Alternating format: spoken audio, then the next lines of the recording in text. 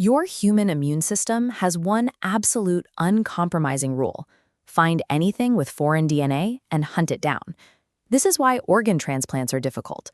With a donor kidney, host T cells recognize mismatched genetics and initiate a relentless swarm to reject it.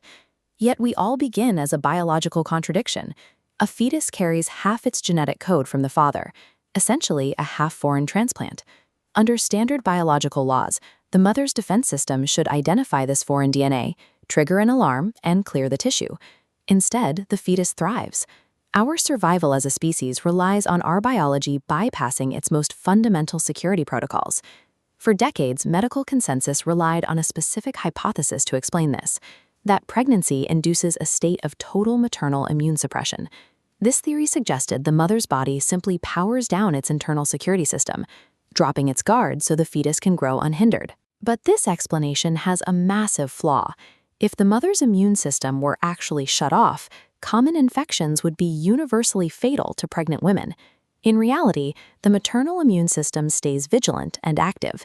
The fetus survives through a much more sophisticated method of evasion. The secret lies at the microscopic border where maternal and fetal tissues meet, the decidual boundary. At this border, the placenta functions as a selective immunological shield, actively managing its environment while delivering nutrients. Every cell in your body displays protein markers called MHC Class I molecules that announce your unique genetic identity. The placenta strips away these classic identifying markers. By erasing these specific identity markers, the outer layer of the placenta enters a state of molecular camouflage. When maternal T cells patrol the area, they find nothing to latch onto. They drift right past the disguised placental cells without recognizing them as a threat. The placenta forces a localized ceasefire by hiding its foreign origins, solving the first half of the paradox. Hiding is only the first step. The mother's body must also cooperate by dispatching specialized units called regulatory T cells, or TREGs. These TREGs do not suppress the entire body. Instead, they congregate specifically at the decidual boundary. They act as a localized security force, intercepting and calming aggressive immune cells before they can attack the placental border. The maternal immune system is being actively repurposed, shifting its focus to protect the fetus at all costs. There is an even more counterintuitive shift involving natural killer cells, the rapid response assassins of your immune system.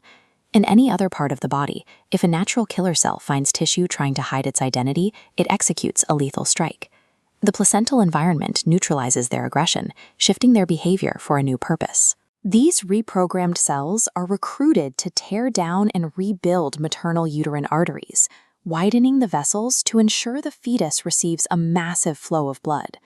The body's most lethal attackers are transformed into the architects of the fetal blood supply. This evidence proves that pregnancy is a state of precise, dynamic immunological rewiring, not a state of vulnerability. It serves as a naturally occurring masterclass in transplant immunology. Researchers are now trying to isolate the specific molecular signals that coordinate these localized ceasefires. Isolating and mimicking these signals could allow a patient's body to accept a donor heart or kidney without lifelong immunosuppressants, or even stop an autoimmune attack on healthy joints. Pregnancy is a profound act of biological cooperation, one that provides the molecular instructions needed to control the body's most self-destructive immune responses.